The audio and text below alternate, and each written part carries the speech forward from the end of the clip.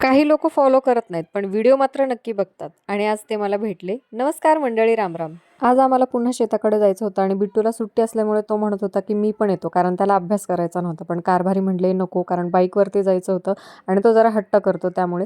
तर इथे मला काही असे मुलं बसले होते जे माझे व्हिडिओ बघत होते, पण ते मला फॉलो करत नव्हते. मग मी जबरदस्ती त्यांच्याकडनं स्वतःला फॉलो करून घेतलं आणि ते पण म्हणत होते की आम्ही तुमचे व्हिडिओ बघतो वगैरे म्हणून. घरी आले आणि बघितलं तर जे तुळशीच्या लग्नातले ऊस राहिले होते, तर ताईने एक गाडा आला होता खाली ऊसाचा, तर त्याला दिले ते ऊस आणि त्याच्याकडनं त्याचा रस काढून घेतला. तरी ते आम्हाला खूप महागात गेलं, कारण ऊसाचा रस एक ग्लास 10 रुपयाला होता, पण आम्हाला तो एक ग्लास 5 रुपयाला पडला, कारण आमचं ऊस होतं त्यामुळे.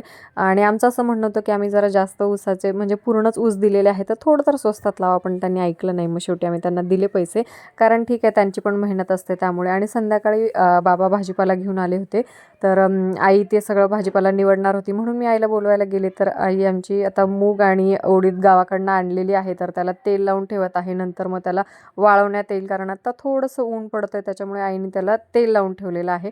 आणि आता आई आली म्हटल्यावर घरात पाटवडीची भाजी जास्त होते आणि मी ती पाटवडीची भाजी बनवत आहे.